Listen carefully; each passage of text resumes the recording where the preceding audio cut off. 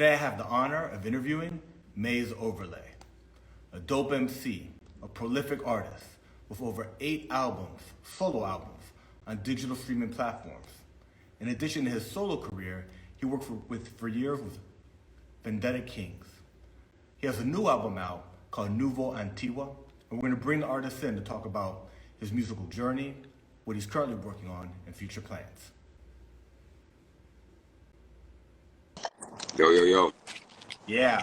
What's good, brother? Thank you so much, my bro. Thank you. Cheers, man. Dude, you've been killing it like the last few months. I mean, it's been bam, bam, bam, bam. You know, you're prolific. You're an incredible MC. Everything you drop is beautiful. I mean, I think there's no other way to say it. You know what I'm saying? Like, your albums are dope. The beat selection's incredible. But beyond that, the visuals, the merchandise, there's a lot of care and artistry in everything you touch. What I always love to do whenever I talk to a creative is to talk about their journey, their creative journey, their musical journey, how they got started in music, how they first got started in hip hop. If you could take us on that journey. As far as like just first getting started, like when I began doing it. Yeah, you know, or however far you want to go back, like how you fell in love with music. You know, what's interesting is that a lot of times people have music in the home. You know, they had like somehow they were involved, and that actually reflects later on in their musical taste and selection and things like that. You have a real cinematic sound, you know. So like, I'm really curious, like, what's the background? What's the musical background? Did you grow up doing music? Nah, it was mainly my pops. My dad was really into music when I was young. So he was like a classic rock kind of, like rhythm and blues keyboard, drummer, like acoustic, electric guitar player, and he just like he was always playing guitar and always playing classic rock and soul and reggae and funk and blues and a lot of different genres. And he always had a guitar. He's probably playing the guitar right now, man. So Right. that's that was kind of like my early introduction. Hearing people like Led Zeppelin, The Doors, Carlos Santana, Eric Clapton, Stevie Ray Vaughan, shit like that is like, I guess, some of the first music I really remember kind of growing up on. Yeah. And then that transitioned to me just growing up in the 90s, and I think that there was a lot of influence from, grunge music, hip hop music, punk music, just regular rock shit. Like Sublime was a thing, Rage Against the Machine, like all these different groups that, I really had respect for, because it was all new sounds, but then I still always have my classic rock, soul, whatever roots that my dad kind of inspired me with. So, I didn't really get into music until my late teens, like heavy, because I listened to hip hop really young. And I remember hearing some of my first hip hop records, like, that really sucked me in, like, Liquid Swords and The Miseducation, some Sons of Man records. Like, there was a lot of different stuff because I didn't really know about hip hop as a subculture like that. It was really just like a few records I was exposed to. Outkast was one of them. So I started writing probably like when I was 16, 17 years old, just in and out of county jail and juvie and shit like that, where I was like, just learning. Like I wrote kind of like without counting bars and just really as a kind of like a therapy, like kind of just get me through my time. And when I got out, I was like, I want to do something with this. And, one of my friends who was a musician, like a guitar player musician, he showed me how to count music, and that's kind of when I started writing, man. So Right. You were like, a lot of MCs do that in the beginning because they freestyle or they just write poetry. Right. So you're doing like 32 bar verses, right? That's what like everything was. Every song when I first started was just like one big run-on sentence, man. Like I'm just gonna just 60 bars, 40 bars, like it didn't matter. We didn't count, we was just trying to rap. So yeah, that's dope, man. And then at what point do you start getting into the studio? So my dad had this Roland. He had this, like, it was like I think it was called a BR 1600 or something like that. It was a little virtual 32 track. So it had 16 physical tracks, and I didn't even have a computer at the time. It was probably like 2006, and I just got out of county, normal for that time period, and we had created what's known now as Vendetta Kings, which is a group I was with for a while, and I got out and I got that. My dad was just like tracking drums out and shit. He had a drum set in the house at the time, and I was probably like 22. I was 21, Yeah. 22, and I fired that thing up, man. I got a mic. I got this little Groove 2 mic. It was some little $200-$300 mic at the time, you know, and I hooked it up and figured out how that little hard disk recorder worked, man. It was Yeah. me and my boy Ghost.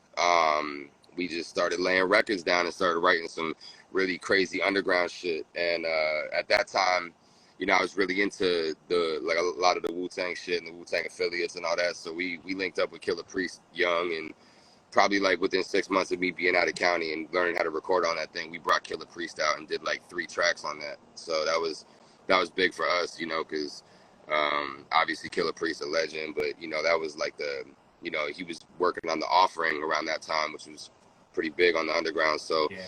you know, we were just kind of learning how to record and kind of finding our sound and, you know, just rapping our asses off, man. But I'd say that was the beginning of it. And from there, I just, you know, eventually found a Mac and, you know, figured out how I went to New York, you know, took some trips. My boy Ben Grimm from Now and Laters showed me how to mix, and I just hung on to it, you know, just kept elevating, kept getting better equipment, kept getting, you know, building better studios. I probably built and took down like, you know, 10, 15 studios, just moving into different cribs and living in different areas. But, you know, the recording was always a backbone for me, just because I knew I didn't want to, I like to create in my own space instead of just being in always like the big studios. And that's still dope. That's a dope experience. I did that when I was in New York and Los Angeles and stuff like that. But I know my vibe has kind of always been like the home recording setup. So once I learned how to do it, you know, from there it was just about upgrading, you know, equipment and shit. That's dope, man. Yeah, and it's really interesting how early you got to work with Killer Priest. It's almost like once you started honing in on the craft, doors started opening for you. Because Vendetta Kings did Infinite Universe, the Infinite Universe with Killer Priest. Mm-hmm. Yeah. Mm-hmm. As part of Vendetta Kings, how many albums did you put out? Man, I think we got up to about maybe 9, 10, 11 projects or something like that. You know, some of them being, I think there was a couple that like some fans had put together and shit like that. But the ones we actually produced was about, you know, I'd say about 10, somewhere between 10 and 15 projects, man. I'd say like, you know, the first one felt like a real album to me, you know, because everybody was on it. You know what I mean? Everybody except for Solomon. Solomon was locked up for a long period of time, like in and out. So the only time Vendetta Kings actually were like all of us were together and made a record was Under the Sun. Under the Sun was a record where like all 5 MCs were on a couple different tracks. So, you know, that was also considered like an album, you know, but some of the albums, they were like missing a member or someone was away or wasn't a part of it, you know? So it's like, you know, it's hard to say, but we had a pretty good little catalog though, man. Yeah, that's impressive. That's impressive. And you're a workhorse, bro. I mean, like, you know, I heard in one of your prior interviews where you talked about how when you heard Tupac, how, you know, that had an impact on you, right? He had an impact on so many people, especially in the 90s, you know. But one of the things that's incredibly impressive about Pac is how prolific he was. And when people sit back and look at what you've done from 2021 to now, right, and just 2023, you know, as a microcosm of that, dude, you've been killing it with incredibly high quality music, a dope sound, dope lyrics, Thank you. dope featurings. I think I told you when we were talking, I was like, dude, the Nouveau Antigua vinyl is one of the most beautiful vinyl projects, and the tape is like, and you know, you've got your hands on all of this, you know, like people always create teams around them, right? But for your name and for your image and for your music, at the end of the day, you're the executive producer. You're like, okay, we're good to go. You know what I'm saying? Like, I like the way this looks. And the beauty of the artistry in your projects, merch, the sound, and then your actual lyrics and voice shows a level of creative energy, of care, of taste. But the fact that you've been doing it at such a prolific pace is incredible. Can you talk to us about, I mean, because I want to unpack the project, but first I guess I want to talk about, I guess, your process, how you go about, are you one of those one-take spitters? Do you rap off? You know what I'm saying? Like, can you talk to us about your creative process because you're prolific? That's a good question. First of all, I appreciate all the compliments, man. This is shit that I think every artist needs to hear. Not the pat on the back. It's just, you know, a lot of artists like myself, I just speak for myself, I struggle with, you know, just questioning this shit, you know, making sure I'm headed in the right direction, making sure I'm, kind of presenting myself to the world how I want to. And, you know, when it's well received, you know, it's not just the credit, but it's a lot of the people notice the attention to detail. People notice what I'm putting into it. I think that's one of the greatest compliments, man. So I appreciate all that.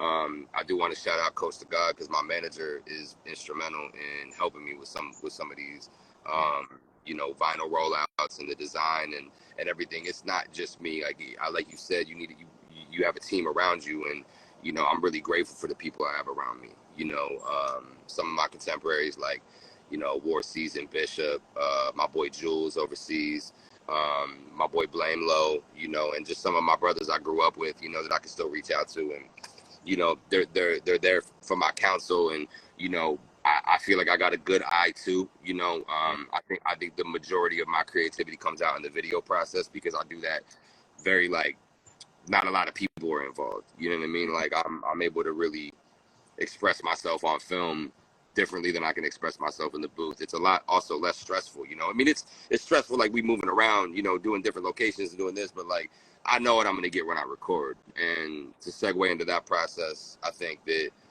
you know, bringing up the one take thing is dope because I hear a lot of artists, and you know, I'm so like meticulous with a lot of this detail. Not like I'm better or anything like that.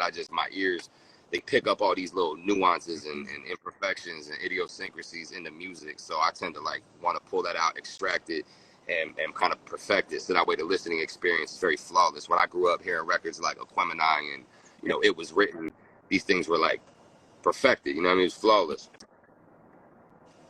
So I wanted to make that a focal point. So especially because I have the time and I'm not paying an engineer, I am the engineer. And trust me, you know, there's a difference between me and someone like Eddie Sancho. You know what I mean? I don't come from the 90s. I haven't mixed classic records. I don't have $20,000 worth of outboard equipment, you know, but I think we live in a day and age where we're able to like, you know, capitalize on the fact that a lot of people just listen to music on headphones, and it's very, very like, as we call fast food, right? But I still want a big emphasis in the audio quality because I know that kind of sets me apart as well. Yeah.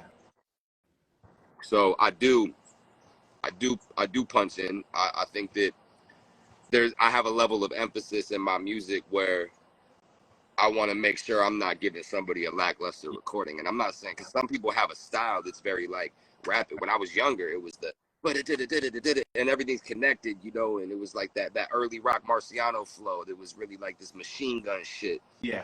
I love that. And I think that, you know, the more I pause and the more how I write my music, sometimes you can write music to perform, you know, and it's different because you may pause more. Like there's points where you want to let the audience take a second and absorb what the fuck you just said because it was that crazy. You know what I mean? So, you know, but for the most part, man, I'd say like if I had to be really technical, I'd say like, you know, I could easily do verses straight through, but you know, this isn't a pissing match with myself. You know what I mean? Like I go until I feel like I'm losing my breath and my cadence, and then I punch in. And meaning like you can't even really tell where my punch-ins are anyway because I'm rapping with the shit. You know, there's most MCs that are, you know, high caliber that have been recording artists for a while, they know how to punch in right and you know, make sure their recordings come out good, you know. So I'm no different. You know, some people have more breath, some people have less breath, you know, and for me it's all about my cadence, you know. But I'm doing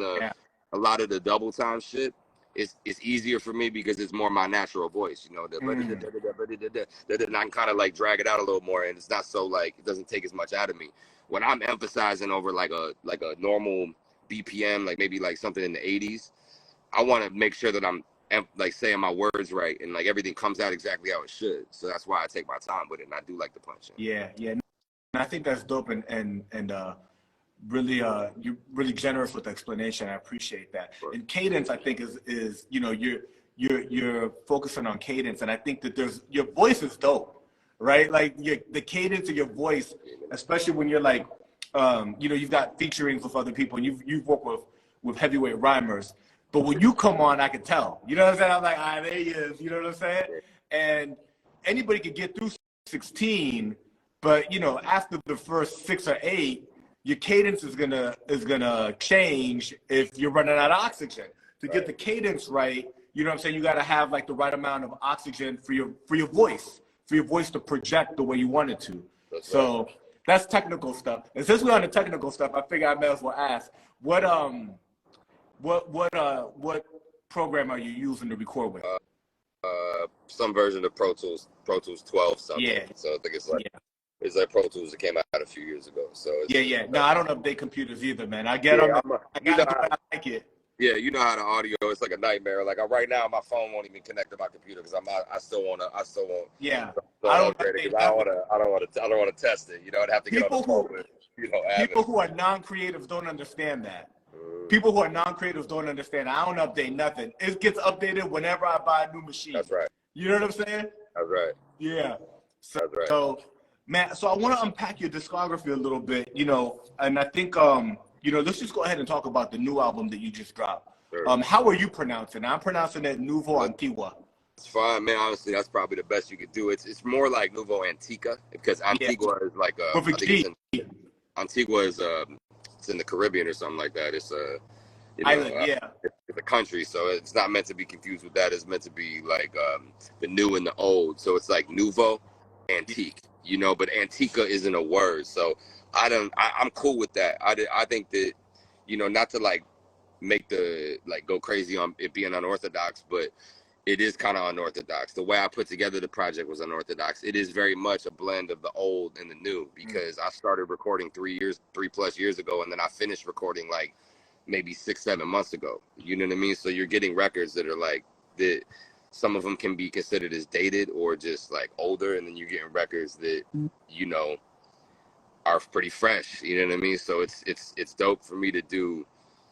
Have a blend of it, and I think that my style also is a style like a blend of like updated, like I like a lot of new music. I think there's a lot of talent out, but I'm also very much like a 90s kid, you know what I mean? So to watch my era come full swing and become relevant again, it gave me the chance to really flex on both sides of the things. Like, I'm an updated I'm like my boy Yazid calls it, I'm like the golden era 2.0. You know what I mean? That's kind of what we're living in. You can call it a renaissance, you know what I mean? Like you call it whatever you want, but this is kind of like the updated version of what we were doing in the 90s. It is, yeah, and I hear that a lot, man, and a lot of the people that you're collaborating with, and there's this new era happening right now, which is like a new golden era, and it's very much alive. Cats are collaborating. Technology has made it so that people can work together in different time zones, right? There's a sound. There's a sound which is a hip hop sound. It's hip hop, but it's different. And there's bars, right? And you're bringing bars. There's writing. There's everybody's got their style. There's so much talent out that everybody's striving to find. The heavyweight rhymers like yourself are striving to make sure that their voice, their style is original, is authentic, which is something that we had back in the golden era. A lot of talent, but a lot of authenticity. You know what I'm saying? We got Coach to God there. Salute to Coach to God. So dope, my bro. Talk to us about that dope vinyl and dope tape. And are they sold out? Can people still get them? Yeah, no, they're actually, I believe, you got copies of Shooters and you got copies of Nouveau Antica. And, I love when everything moves. I also love when new people can go buy shit. So yes, the vinyl that we just dropped, me, Coach, my boy Wax Pack, is available at appledizzle.com, and then you got the Shooters Galleria is available at cphcrates.com. So through Copenhagen. So you can get both of those vinyls right now. And really, like we sit down and kind of just plot the rollout out, like how does this need to look? What is this? What are we doing for this one? And we did really good with Nouveau. I think it's one of the best looking rollouts yet. Yeah, Period. PQ did an amazing job on the art, killed the OBI, you know, just very unique. It really fit the project, the whole, like, you know, it's interesting, man. Like, synesthesia is a real thing, you know, like certain projects, they have a certain colorway, you know, that they need to be, you know, like depending on how they sound. Like you want to match the aesthetic to the soundscape, man. So, you know, it's a very interesting process. It's one of the more fun, kind of exciting processes, picking colors. You know, it reminds me of being a kid. You know, it's like, Yeah. or being into fashion, even like just picking cool colors that go together. And it's like, you know, my favorite teams when I was growing up was like the Mariners and the Dolphins because I love Yeah. aquamarine. I love that fucking that teal, that Yeah. ill ass Yeah. color, you know what I mean? So like a lot of it, people, a lot of these consumers, man, like, you know, no disrespect, but a lot of them buy it mainly because of how it looks. You know, Sure. it's like the shirt could be uncomfortable as fuck, but if it says, It you looks know, right. gallery department or it says, you know, Supreme on there, shit, they're gonna pay for it. So, you know, Yeah. or they maybe they got a dope design on the front, like they don't, you know what I mean? Like that's kind of Absolutely. how it works now. So, you know, but couple things you touched on earlier, I just wanted to jump in Yeah. with is number one, I appreciate the comments on the uniqueness because I think Yeah. it is a lot of my cadence, not just my look, that sets me apart from a lot of people. Because really, I'm just another product of the golden era in the '90s. Yeah. But you know, what I had to start doing was stop listening to people, and that sounds crazy, but like, you know, I check for certain artists that I respect and that I work with and stuff like that, but I had to like stop consuming music to a certain level because it was like influencing me too much. So I had to like stop listening to music and got to the point where I was really only just going through instrumentals. You know what I Mm. mean? And that kind of left me with like it forced me to be like ultra unique. You know what I mean? So Yeah. I kind of found my sound and my cadence and all that shit through like not listening to anything, which is kind of crazy, you know, because Yeah. I have plenty of influence, you know, I have plenty of influence and I can name them all. It's just like, I also want to separate myself from that too and create to give the world something that they haven't heard before. You know what I mean? Yeah. Yeah. That's dope, man. Thank you for sharing that. Yeah. The you know, talking about, because you did so much work with Vendetta Kings, right? And had like a whole career basically, you Yeah. know, with Vendetta Kings. Yeah. And then you know, you got like a whole other career. Your discography as a solo artist is as big as some people's entire career. Yeah. You know what I'm saying? Like just as a solo artist. Yeah. Did you take any time off in between? Like, was there like Vendetta Kings kind of, you know, you stopped doing that work and you started doing your solo work, or did you just jump right into solo? Nah, man, honestly, the main gaps was just life. You know what I mean? Yeah, Like, I had to learn so much, bro. I had to really figure out who I yeah, was, and it's a constant process. You know what I mean? yeah, That's why Maze is so fitting, man, because I'm still trying to figure it out too. It's just yeah, you become more wise and you figure things out and you become a different person. So like, yeah, the main thing with Vendetta Kings is we like two things. Number one, everybody was kind of doing their own thing. Me and Ghost was continuing to make music, and me and Ghost like moved on to New Vision.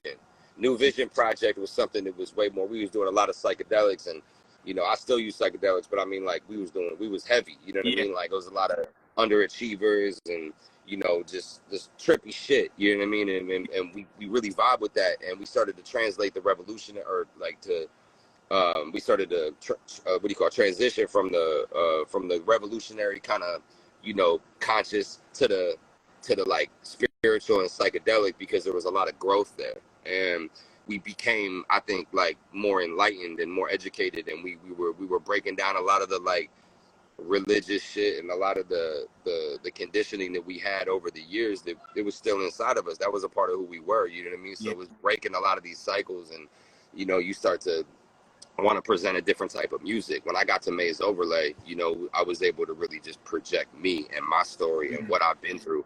It's a journey. People haven't even we're not even halfway done yet. You know what I mean? Like I haven't even talked about my childhood yet. You know what I mean? I haven't even, mm, I'm getting people caught up. You know what I mean? Like, yeah, it's like I'm holding their hand on this musical journey. That's why the rollout and is so important because the timing of things. I'm not 21 anymore. I'm not just like recording and releasing anymore. yeah, I'm creating this kind of gallery with all these different pieces in it. And yeah, each piece describes like a different time and a different like version of yeah, myself. You know what I mean? So Nouveau, also going back to Yeah. Nouveau, I was taking pieces from, you know, when I was like in that heist world, you know what I mean? Like, you know, but it was also like, it's also, we created art out of it.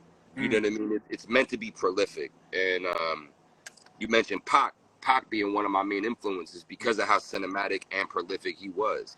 You know, it Yeah. isn't about being self-righteous. It's about, I like to give people, you know, hope and Mm. vision for the future, because not a lot of people go through all the crazy shit that some of us have. Some, I guess, rappers, man, like rappers Yeah. been through a lot of crazy shit, Yeah. you know. And when you have a story to tell and you make it through, you want to give other people that outlet too. You know, it's Yeah. not all about all the negative shit we done. It's about what we're doing this positive and prolific right now. You know what I Yeah, mean? yeah. No, that's really dope. And talking about, you know, also like the spiritual Yeah, journey you're on yeah, and inner work and how that's reflecting in your music yeah, and in this phase in your life. yeah, Um, it's really dope how you talked about, you know, the different albums you're doing now, how they're like pieces of art, you know, and you want the rollout to be right, you want it to look and feel right, and then sonically it's apparent.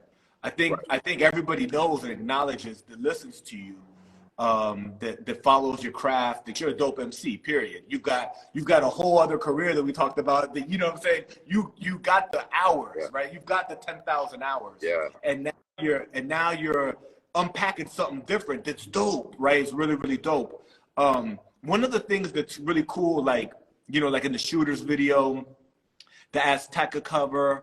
You know, we talked about how dope the Nouveau the artwork is, but there is that kind of sewer shit, right? The rare, you know, the way everything, right? When you talk about like retro god, right? You always your mind state, what's reflective, what comes out is dope, rare, things, whether yeah, it's artwork or yeah, clothing or yeah, beat, right? yeah, yeah, Right? yeah, Uh, it's thought and it's thought a little bit more. There's an art to life, right? Like the bon vivant, right? The person who knows how to live. You know what I'm saying? And you very much are on this, you know, what is it that Raekwon said? Luxurious fly shit. You on that? You know what I'm saying? It's like this next level, kind of be dope at everything. yeah. You're on that. It's like being a Renaissance man, but like each area you go towards mastery. You know what I mean? Like, you know, it's knowledge, it's cuisine, it's culture, it's you know, the earth, like going to certain places, right? You go to Sedona or some ill ass waterfall or some ill. I was at the beach yesterday, you know, like on an island. You know what I mean? It's called St. George. So, man, and the thing is there's I gotta speak on it, because I also don't want people to get it like misconstrued, because genuinely there's a lot of ego in the connoisseur shit. And it's not like, you know, I can't flex more than Hove. You know what I mean? Like, I can't flex more than Drake or something. But at the same time, I put words together differently. I speak on different type of things. And, you know, my boy Ghost in Vendetta Kings was a chef. So I came up with a chef, even though, you know, we were street kids. He still was classically trained. You know what I mean? Like, so we was doing shit in the house with nothing. You know what I mean? Like, so it is a lot of ego too, and I feel like it's a conflict for me sometimes to be like, you know, kind of like, you know, come from, you know, like really tough environments and been through a lot of trauma and fucked up shit, and then have to like also be not not have to, but I also am that you know, kind of fly conscious kid with the ill taste that nobody else has. Yeah. And you know, it's I'm trying to like project it in a way where it's not like this huge ego boast. It's more like, yo, I do things a lot differently, and I put a lot of attention to detail into things, and I'm not just a connoisseur of, you know, because a lot of rappers flex. So when I come in with in a real competitive sport, I'm like, shit, I can flex easy, because, you know, half these motherfuckers rapping about tilapia still. You know, I'm rapping about Ludamere and fucking, you know, grouper and shit. You know what I mean? Like I try to go to the top, you know, and like why would I'm here on earth for a reason. I don't, you know, if I could experience the finer things, why wouldn't I? You know what I mean? And that includes meditation and, you know, yoga and alchemy and knowledge. Those are the finer things too. The finer things are not just truffles and caviar and you know the most exquisite ingredients on the planet. That's one, but I think that the aspect of that connoisseur shit, like, you know, I'm a connoisseur of psychedelics. You know what I mean? Like I've had, you know, some of the best mushrooms you could get on earth. You know what I mean? So it's like that's also in that. So to be that connoisseur shit is literally like trying to find the finest things on earth and in the universe and using them. You know what I mean? Because why not? Why would I settle? Why do I want to settle? Yeah. You know? Yeah. No, it's dope, man. It's dope. And it's apparent in your music. You know what I mean? It's like a way of life. And then it comes through in your lyrics, but then it comes through in the visuals and it comes through in the merchandise. That there's an attention to detail and there's a refinement. There's a refinement in your taste. And you know, you talked about the ego, and I think it's important, I guess, to note, it's not about how much something costs. Like sometimes price is reflective of the rarity, but it's not always what something costs. It's the taste. Is it dope? Right? Is it dope? It's not because it's not because somebody told you the song is good and because they play it on the radio 1,000 times. Is it dope? Is it actually dope? Can you pick it out? You know, and that goes to cuisine and clothing. It goes to selecting beats. It goes to the color palette on Nouveau, right? Like the color palette on the vinyl. People, man, come on. It's so dope. The cassette is incredibly dope. Apple Dizzle did a great job, man. And you know, I guess we were a little surprised it didn't move as fast because it always ends up going, but it's like how fast is it gonna go? We also didn't do a video with this one, but I really genuinely thought that the aesthetic was that dope on this shit. Like one of my favorite things yet. You know what I mean? They're all special and they're all ill, man. The wine bottle OBI on the Vita shit was crazy. You know, there's a lot of the painting on Aztec. I mean, I can go on. You know, my artist Luke, he's in the UK and we've been working together for 4 or 5 years now, and you know, he's amazing. You know, it's just some projects you're just like, man, this really came together. This color scheme is like one of my favorites. I love the desert colors with the turquoise and you know, this aquamarine and with the light orange and some of the earth tone tans and shit. Like that represents kind of who I am. You know what I mean? I'm very colorful in general and I'm very like multifaceted in general, but I love earth tones. I love this subtle kind of expression, and to make that stand out was beautiful. You know what I mean? So, you know, I appreciate all the love, man. I appreciate like all the artists that I've, you know, been blessed to work with. And, you know, like I said, this is, like you said earlier, this is a team thing. You know, like I am the executive producer of the vision, but at the same time, there's like at least 5 or 6 people involved that all help bring that together, whether it's the producer, the artist, the manager, you know, everybody, the videographer, the editors, everybody involved comes through to make these little art pieces, which we call projects or albums. You know what I mean? So it's dope. Yeah, it is dope. You talked about the artwork for Azteca, right? Who is that artist? My boy Smush is out of Phoenix, man. He's just a really dope painter. He's been doing it for a while. Like he takes it seriously, man. That's it. And he's also a fan of this lane, this you know, this underground hip hop renaissance thing we got going on. So he was familiar with the artists I was working with, and he was familiar with my shit. And I tend to tap in and support a lot of local Phoenix artists because that's where I'm from, and I want to see other artists everywhere, all creators. But I'm biased towards Phoenix because it's a broken scene, and it really hasn't seen that uprising yet. And I think we're creating that right now. I think that within the next few years, Arizona and Phoenix and you know, in general, because that's where I'm from, is going to see a big uprising in culture and music and art and shit like that. So, you know, I actually went out to Phoenix and I linked up with him, and you know, I like to meet people in person because I'm from that era, and you know, we stopped by and just chilled out, smoked a little bit, took some pictures, and like went through all his catalog, looking at his art and shit. And you know, it was a dope experience. So like, you know, value, like he has a lot of value as a painter and as a sketch artist. And, you know, the fact he was using oil pastels and all sorts of other shit. Like he does different mediums. Like, you know, he'll use wood, he'll use canvas, he'll use paper, he'll use all sorts of shit. So, Yeah. you know, I just came across him and decided to link up with him when I went out to Phoenix one time, and I knew he was the guy for the job, man. Aztecas was something that I wanted it to be very primitive and kind of, you know, native even, you know, and express those psychedelic elements that I was starting to introduce people to. And Pharma's sound was very like kind of wild and, Yeah. you know, in a good way, very youthful, you know what I mean? Kind of almost foolish and, you know, kind of crazy. And that's why the project turned out sounding like that and looking like that. I think these are we just want to represent it very accurately. Yeah. You know what I mean? And I think that's how we go into it. But Smush is dope. He's in Phoenix. His Instagram's like _Smush_. So that dude is super dope with the painting, man. He's a talented dude. Yeah. It's a dope album cover. It's a dope album too. And thanks for the background story. And that's what we're talking about, is your attention to detail and the amount of energy you put into the things you do. You know, nowadays, and not knocking anybody, because I guess there's enough space for, you know, everything. But, you know, people just type in stuff and say AI generated, I don't know, 2 words, and it creates something. You know what I'm saying? It's a whole different thing when you're actually finding somebody that you love what they're doing. You go out and meet with them, you go through their portfolio, and you're like, yo, how do you feel about doing something like this with this project? And you create a collaboration. You can't fake that.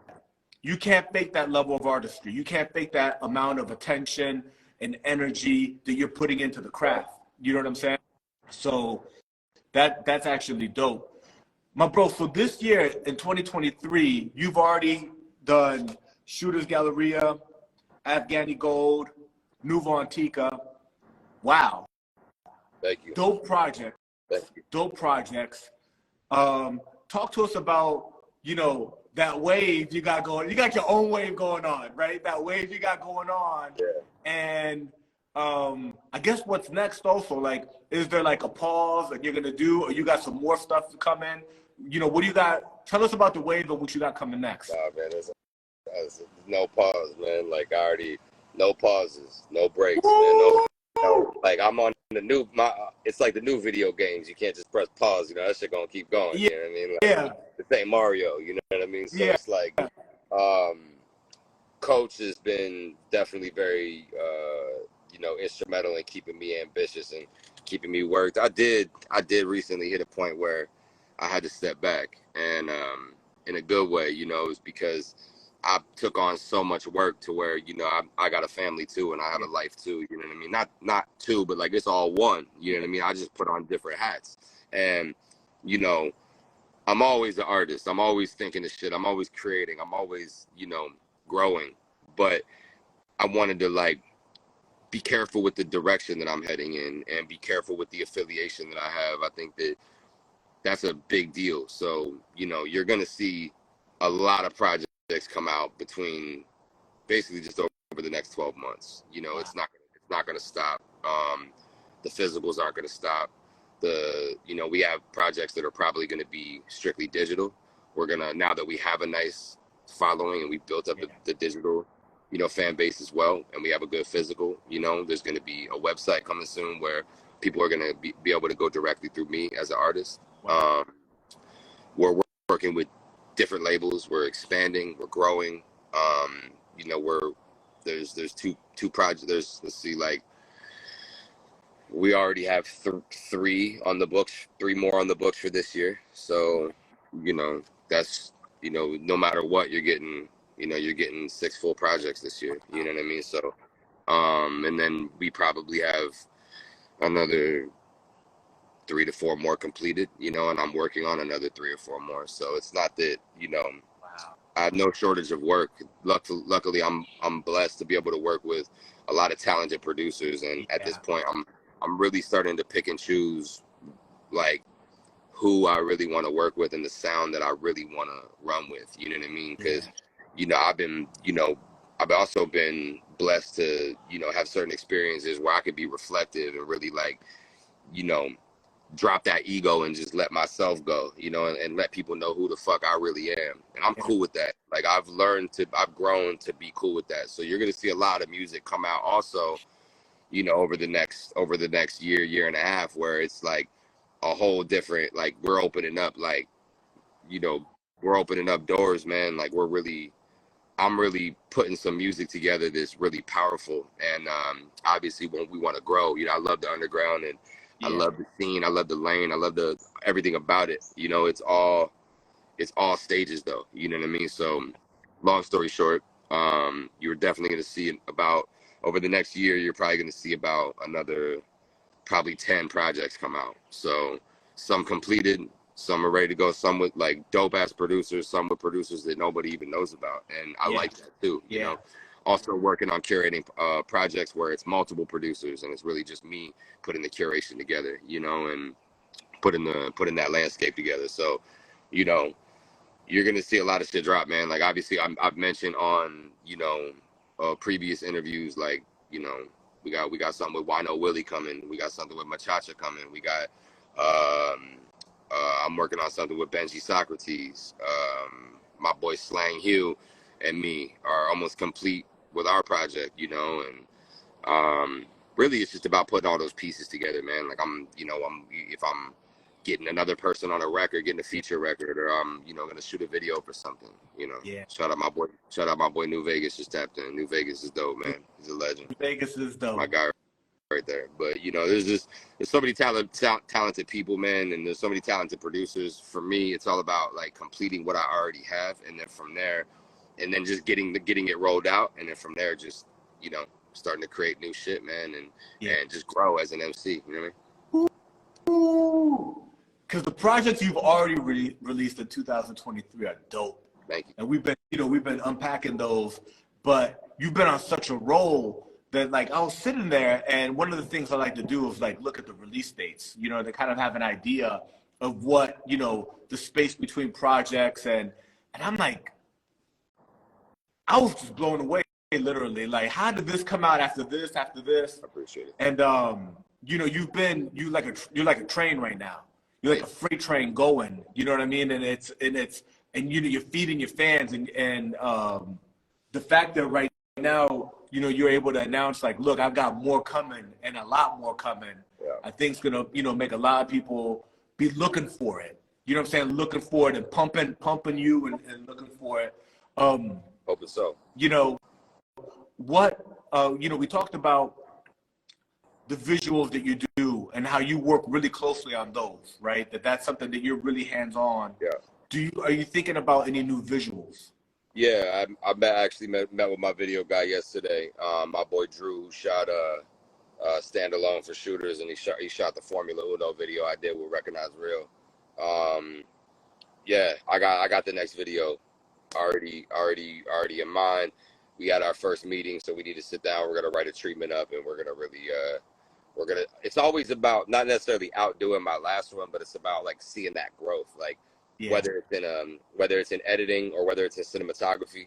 I like to do it in both, you know. But you know, yeah, we're actually gonna work on 2. So, you know, and I even told him, I was like, yo, I know, because he's busy too. I was like, yo, if you got somebody else, refer them to me so we can start working on a couple more, because I'm ready to.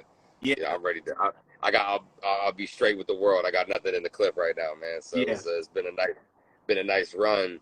You know, we're also, like you mentioned earlier, you mentioned quite a few times about work ethic and stuff like that, and I think that what I'm kind of transitioning to is putting more emphasis into each song and putting more emphasis into each video and the singles. You know what I mean? Because we look at these projects and they're absorbed on a certain level, but I think people are paying more attention to the singles and to the videos. So we're factoring that in, you know. We want to make sure that obviously we're feeding the fans and everything.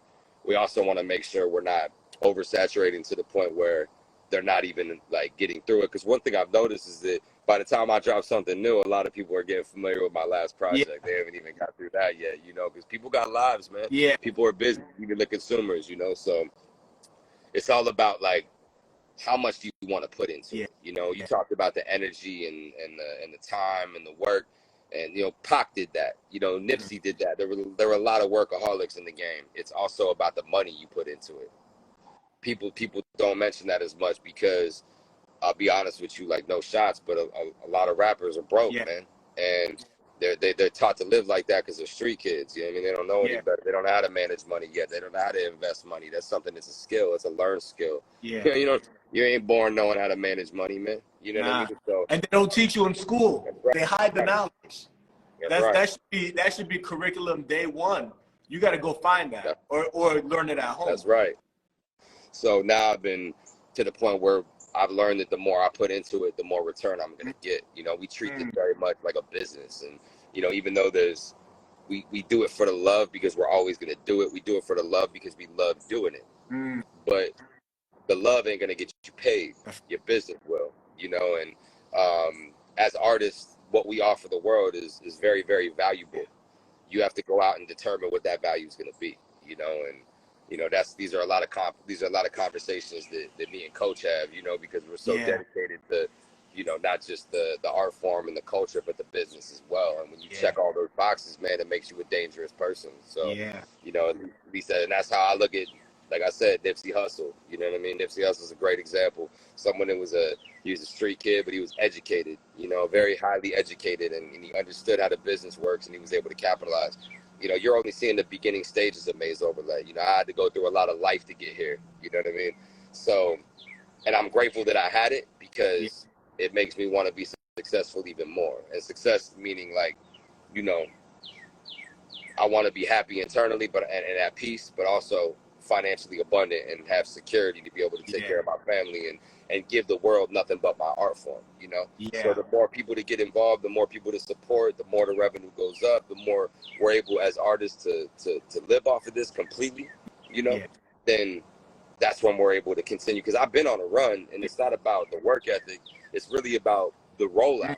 And it's really about the business behind it. Because I could make 20 albums a day. Yeah. If they're not getting to the people and it's not being presented correctly, it's not going to go anywhere. You're not even going to reach the people that really want to hear it. You know what I mean? So that's why the business isn't all just this money hungry bag grab. It's also like, how do we find the fans and how the people that really want to hear this shit, that really want to connect with me as an artist, because I want to connect with the fans the same way they want to connect with me as an artist, right? Like I look at the fans the way they look at me.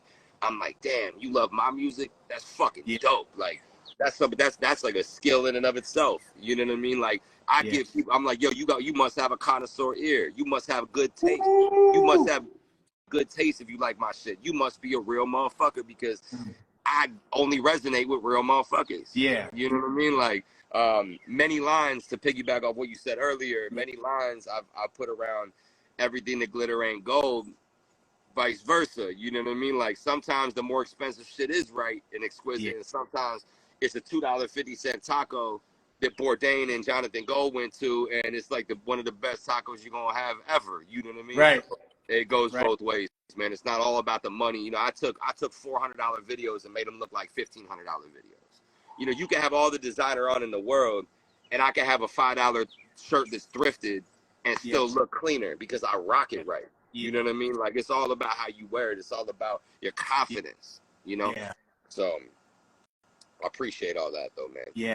For all the recognition too, man. I really appreciate it. That's like literally what we do this for, you know. Yeah. Yeah. Just speaking facts, you know what I'm saying? What's interesting to me also is what you're talking about right now. You've actually had the opportunity to work with other people that have created lanes. Like Killer Priest has created his own thing. He's got his own lane. And you also had the opportunity to work with Rock Marciano. And he's done really well also. He's developed his own lane, and his rollouts and his merch are done in a way where he's just living good off of how he does it. You know what I'm saying? And you're on that trajectory. And I think that's really, really dope. You know what I'm saying? Really, really dope. Yeah. I mean, anybody who's on that connoisseur shit can look at what you're doing and can see the taste, the love, the care, and if they're smart, the limited run of vinyl first pressing. That's right. Right? The momentum that you have, You know what I'm saying? And that it's dope. I think that there's a lot of increasingly, you know, there's so much inflation happening right now that people have to start to understand value in a different way, right? Mm-hmm. And that has to do, and that's why, you know, cryptocurrency was so popular. That's why Yep. Bitcoin's so popular. There's a limited amount of these things, and that makes it that you can't make more of them. There's not going to be another first pressing Nouveau Antigua. That's You know what I'm saying? That's right. Now, there might be, you know, there might be 1,000,000 copies made. Hopefully there are physical, right? Right. But first pressing, where were those people at? They got that original, you know what I'm saying? And that's the same. And you're creating this lane that I think is incredibly dope. Thank you. You know? Thank Yeah. you. Yeah. We're seeing, like right now, we built the foundation. Now we're experimenting a little bit, seeing what's gonna work. We're getting very creative. We're in. You got to enjoy every step of the process, man, or else this music shit really isn't for you. You know what I mean? You know, I'm blessed to be able to, you know, go through the engineering stages and the artwork stages and the video stages with a good amount of ease, you know, and it's because there was a lot of attention and energy put into those areas. You know what I mean? So now watching it manifest, you know, I watched a lot of videos to be able to get to this point, man. I had to study videos. I had to really, you know, dive deep to be able to say, all right, man, how do I want to create and set myself apart? And just really not even set myself apart, just make amazing shit. A lot of people get a camera and just run and go, you know? So, you know, for me, going back to the attention to detail that really goes into this, and the fact that people are finally starting to catch on to that. There are a few artists in this underground thing that put that much attention to detail, and they all do well. You know what I mean? So for me, I'm just getting started. You know what I mean? You know, me and War Season put together a project. I mean, without, you know, taking all the mystery out of it, like, you know, that project was complete for a period of time. You know what I mean? Like, a lot of it is about giving it the time and being patient so that it gets the attention and the rollout it deserves, you know. But me and War got 2 more in the clip. You know, I didn't even mention those, but me and War already got 2 full lengths in the clip, and it hit. If he was on here right now, he'd tell you the same shit. We got one that just blows shooters out the water, you know what I mean? And it's always gonna be like that as artists, you know, because there's gonna be fans that are like, oh, fuck that, you know, the shooters with the illest one, you know. So because we did that as kids, you know, we were like, oh man, this one is the one, you know. And people been wanting another It Was Written from Nas for fucking 15 years, you know what I mean? However long. So it's like, you know, you can't just, it's a balance of like giving people what they want, you know, but also giving people what's just you, and not bending for no one, you know what I mean? So I forget where we was at with questions, man, but it's a good run. It's a good time. We got a lot going on, and I'm continuing to just elevate. You know, a phrase I live by is I'm never too good to grow. You know, I'm never too good to get better. You know, and I treat myself. I was talking to my boy Vegas 7, the Ronin, the other day, and he's a very, very talented pen. With a talented writer. He got a deadly pen, man. And he was like, he said something where he was like, yo, I treat it like I'm not good at all, you know, because I'm trying to push myself to, like, you know, be so ill. Like, how ill could I really get? You know what I mean? And that's with all these hours and all these groups and all these breaks and all this life and all this experience. Now I'm able to put it in a certain way that's just ill. And I look at my old self and I'm like, that's dope. What I was doing was dope. But now, fuck, man, I can't wait to see where I'm going to be in 2 or 3 years. You know what I mean? Talk to us about Calistro Records. So Calistro was something that, that's an organic Phoenix thing right there. Calistro was something that we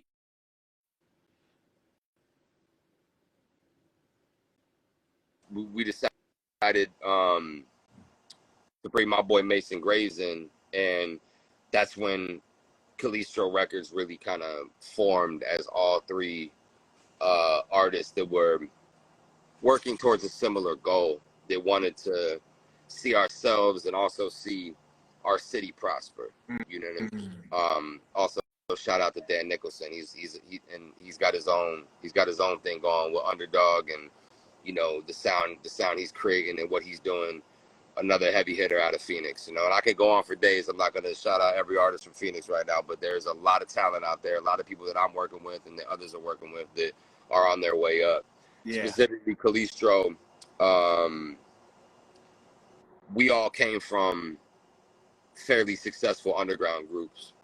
As you know, Mason and Grimm were a part of the Society of Invisibles at an earlier stage, who were, you know, underground pioneers in the Phoenix, Arizona hip hop scene. Yeah. And Vendetta King, me coming from Vendetta Kings, now us, you know, 10 years later, you know, having lived all this life and, you know, kind of gone our separate ways because of whatever reason, decided it was going to be dope if we came together. And you know, Calistro, the idea of Calistro is an alchemist, you know what I mean? Just this whole idea of turning lead into gold and turning something out of nothing, you know, the phoenix rising from the ashes, if you will, even though it's so fucking cliche, it's so fucking true, man. Yeah, so, absolutely. You know, we came together and shot Paint and Leather. And, you know, at that point, me and Grimm decided to work on a dual project, released it, Ghetto Elegance. Shit was dope. Yeah.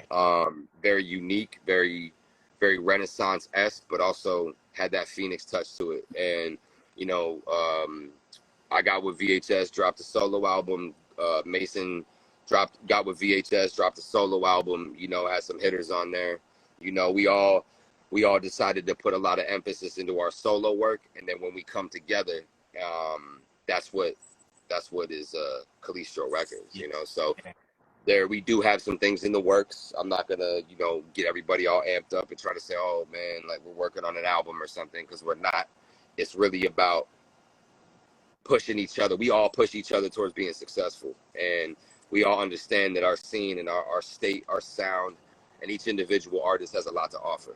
So we're pushing each other to become to all build our brand, and then whenever we come together, that's Calistro. So I would love to see. I think we're kind of entertaining a Paint and Leather too. Me and Mason have been talking about doing something just out, like, you know, out on the coast somewhere, you know, something really dope. You know, he's got a really dope style, and Grimm's got his own style. We all individually have a very unique style. Yeah. We're not really like, we overlap a little, but we're not the same artist. It's just a bunch of us. You know, we're very different artists, but we all have a common vision. And when we get on the track together, it's very diverse. It's like, you know, that's Arizona for you, though. You know what I mean? Like, you know, everybody's different ethnicity, different backgrounds, and, you know, but we got a lot to offer, man, you know. And shout out Tater Crown, Deaf Child, Grimm, you know, Unorthodox, you know, just so many AZ cats, man. Like, I could go for days, man. I really could. You know, so, you know, Calistro is a powerful force. You know, we just don't overuse it. You know, we know we're not a record label yet. You know, we're at a point where we're doing records. But you know, like, I had a couple people hit me up to like sign them or something. I was like, oh man, we're not a full record label yet. We're still building it up to where, you know, we eventually want to press our own shit, you know, and become an outlet for other artists and everything like that. But right now we're just focused on building up each individual artist and their brand. So. Yeah, that's dope, man. That's dope. We talked about everything you've been doing in the last several years, to include what you've done in 2023 in your new album, Nouveau Antigua. Is dope. Where can people find you? What's the best places where you live online? The best ways to get in contact with you? If there's some dope producer and he hears you and he's like, yeah, listen to my production. If somebody wants to collaborate you, if somebody wants to hire you for a performance, what are the best ways to contact you? Shit, just hit up Coach the God, man. The Coach the God gonna take care of all that. I'm very approachable, and until I got, you know, 100 messages that I can't read in my DM, people are welcome to hit me up. But to be honest with you, it's more efficient to hit Coach because he gets paid for a reason. He's a vital part of my team, and he takes care of all the business. That's like, that gives me the chance to spend more time with my music and with my babies. You know what I mean? So, But where you can find me is fucking everywhere. And then the first thing I'm gonna tell you is go to the places where I monetize. Go to Spotify and YouTube, man. You know what I mean? Because I love Instagram for the showcase, but Yeah. it's a lot of smoke and mirrors, man. And without harping on anything negative, Yeah. I like to deal with what's real. I don't care about a view being 4 seconds or what a like or a comment is. Go follow me on Spotify. Go listen to me on Tidal. Go listen to me on Apple Music or Deezer, or however the fuck you consume music, because I get paid for that. That puts money in my pocket. And I don't downsize anything, not even a penny for streams. Shit, that's a penny I didn't have before. Yeah. So, I've learned that this hip hop shit is all about creating multiple streams of income. And, that's what me and Coach are really focused on. So, for anything as far as you're a dope producer, hit Coach. You know why? Because he knows all the rappers anyway. You know what I mean? Like I could be like, yeah, man, what's up? Let's talk beats. But Coach is gonna get it in play. He's gonna move and shake it, not me. You know what I mean? Like when you see artists at Top Shelf Premium, when you see artists on Shade 45.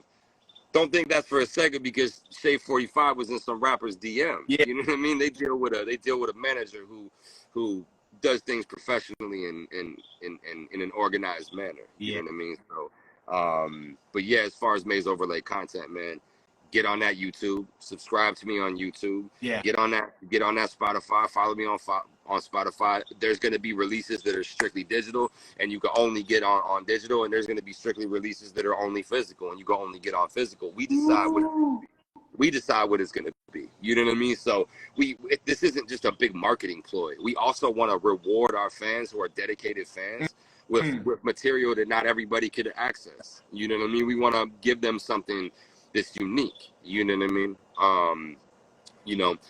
Shout out La Russell for letting his fans buy stock in his album, selling his records for $1,000, but then you own a piece of it. That's dope. Yeah. That's unique. That's rewarding your fans. You're actually giving people points in a company, and they're able to get benefits from it. That's incredible. So I want my art to be valuable in the sense of not where I'm overcharging for it, and just like anybody can scribble on something and be like, it's a 101, here you go, buy it. Yeah. But for me, it's about giving them something that's valuable, that continues to, provide value in their life, whether they resell it years later for more money, or whether they pass it to their kid and say, yo, I got that piece. People right now have an original purple tape. You know what I mean? They got the original purple tape. You know what I mean? They got the purple Diodoras to go with it. You know, these are like hip hop artifacts, and shout out Trill in Phoenix, because we have a hip hop spot that literally has like so many fucking artifacts in it, man. I took Michelangelo out there, and all my boys, man. Everybody's always blown away by Trill, bro. It's got a lot of 101s in there, a lot of really just cool merchandise, and just that's part of our culture, man. This hip hop shit is really like a bunch of big ass kids, man, and we just like to have fun, and we like to make music. We gotta go to the park, bring the speakers, sell shirts. It's like it's everything, man. So any of those outlets, man, you can find me everywhere and anywhere. I'm trying to pull up to a city near you, but if you need to book me, hit Coach. I like that. That's dope. And thank you, Coach, for setting up this interview. And you got a dope band camp also. Thank you.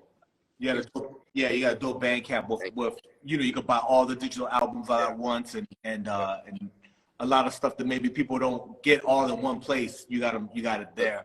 My bro, thank you. You've been